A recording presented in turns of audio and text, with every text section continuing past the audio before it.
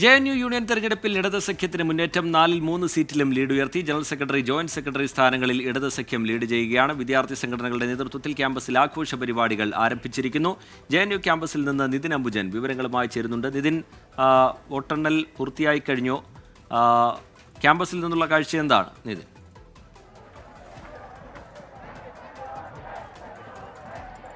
ശ്രീജിത്ത്, വോട്ടെണ്ണൽ അതിന്റെ അവസാന റൗണ്ടിലേക്ക് കടന്നിരിക്കുകയാണ്. ഏറ്റവും ആവേശം നിറഞ്ഞ ഒരു തെരഞ്ഞെടുപ്പ് തന്നെയാണ് ഇക്കുറിയും നടന്നിരിക്കുന്നത്. ആ ഒരു വിജയത്തിലേക്ക് ഇടത് സഖ്യം കടക്കുകയാണ്. ഇപ്പോൾ ഈ ദൃശ്യങ്ങൾ തന്നെ കാണാം. ഇടത് സഖ്യം ഇപ്പോൾ വിജയാഹ്ലാദത്തിലാണ്. വൈകിട്ട് മുതൽ തന്നെ ഈ വോട്ടെണ്ണൽ ആരംഭിച്ച ഘട്ടത്തിൽ ജോയിന്റ് സെക്രട്ടറി സ്ഥാനത്ത് മാത്രം എ ബി പി സ്ഥാനാർത്ഥി ആദ്യം ലീഡ് ചെയ്തെങ്കിലും പിന്നീട് ഇടത് സഖ്യം ആ സീറ്റ് കൂടി പിടിക്കുകയായിരുന്നു. എന്തായാലും ഇപ്പോൾ ഈ JNUവിലെ ഈ 3 സീറ്റിലും ഇടത് പാനലിലെ വിദ്യാർത്ഥികൾക്ക് ഇപ്പോൾ ജയത്തിലേക്ക് കടക്കുകയാണ്. അതോടൊപ്പം തന്നെ ജനറൽ സെക്രട്ടറി സ്ഥാനത്ത് ഇടത് സഖ്യം പിന്തുണ നൽകി BAPSA സ്ഥാനാർത്ഥി ഇപ്പോൾ വിജയത്തിലേക്ക് പോകുന്നു. അങ്ങനെ 4 പ്രധാനപ്പെട്ട സീറ്റിലും 4 സെൻട്രൽ സീറ്റിലും ഇപ്പോൾ ഇടത് സഖ്യം അതിന്റെ വിജയത്തിലേക്ക് പോകുന്നു. അതോടൊപ്പം തന്നെ 42 കൗൺസിലർ സീറ്റിലും ഇപ്പോൾ ഇടതിന്റെ മേൽക്കൈ ഉണ്ടെന്നാണ് അറിയാൻ സാധിക്കുന്നത്. അതിന്റെ അന്തിമ പട്ടിക അല്പസമയത്തിനകം വരും.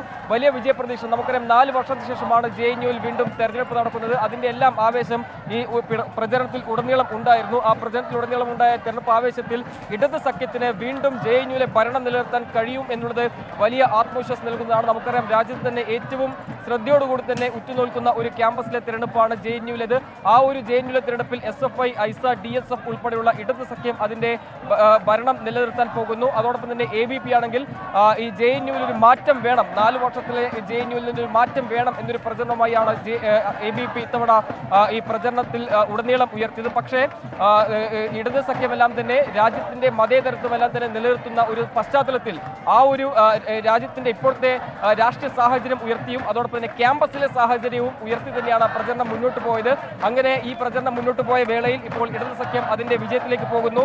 ഇപ്പോൾ ഏറ്റവും ഒടുവിൽ വന്ന ഈ വോട്ട് നില പരിശോധിച്ചാൽ 5336 വോട്ടുകൾ എണ്ണി. അതിൽ പ്രസിഡന്റ് സ്ഥാനത്ത് മത്സരിക്കുന്ന ഇടത് സ്ഥാനാർത്ഥി ധനഞ്ജയ് 2424 വോട്ടാണ് ലഭിച്ചിരിക്കുന്നത്. ABP സ്ഥാനാർത്ഥിക്കാണെങ്കിൽ 1618 വോട്ട് ലഭിച്ചിട്ടുണ്ട്.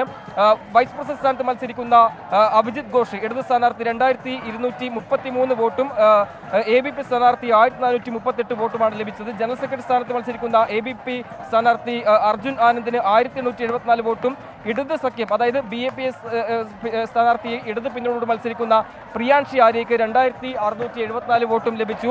ജോയിന്റ് സെക്രട്ടറി സ്ഥാനത്താണ് ഏറ്റവും ആവേശപൂർവ്വം മത്സരം നടന്നത്. കാരണം ജോയിന്റ് സെക്രട്ടറി സ്ഥാനത്ത് ആദ്യഘട്ടത്തിൽ 2000 വോട്ട് എണ്ണിയപ്പോൾ ABP സ്ഥാനാർത്ഥിയാണ് മുന്നോട്ട് വന്നതെങ്കിൽ പിന്നീട് ആ ഒരു ജോയിന്റ് സെക്രട്ടറി സ്ഥാനവും ഇടത് സഖ്യം തിരിച്ചു പിടിക്കുകയായിരുന്നു. ജോയിന്റ് സെക്രട്ടറി സ്ഥാനത്തേക്ക് MO സാജിദ് ഇടത് സ്ഥാനാർത്ഥി 2386 വോട്ട് നേടിയപ്പോൾ ABP സ്ഥാനാർത്ഥി 1995 വോട്ടാണ് നേടിയത്. അങ്ങനെ വലിയ ഒരു ഭൂരിപക്ഷത്തോട് തന്നെ വിജയത്തിലേക്ക് ഇടത് സഖ്യം പോകുമ്പോൾ അതിന്റെ എല്ലാം ആത്മവിശ്വാസം ഈ ഇടത് സഖ്യത്തിനുണ്ട്. വലിയ ആഘോഷം തന്നെയാണ്. മുതിർന്ന SFI പ്രവർത്തനം അതോടൊപ്പം തന്നെ മറ്റു നേതാക്കളും ഇവിടെ ഈ വിജയത്തിൽ പങ്കെടുക്കുന്നു. നിതിൻ അംബുജൻ JNU ക്യാമ്പസിൽ നിന്ന് വിവരങ്ങൾ നൽകുകയായിരുന്നു. JNU യൂണിയൻ തെരഞ്ഞെടുപ്പിൽ ഇടത് സഖ്യത്തിന്റെ മുന്നേറ്റം ഉണ്ടാകുന്നു. ക്യാമ്പസിൽ ആഘോഷ പരിപാടികൾ.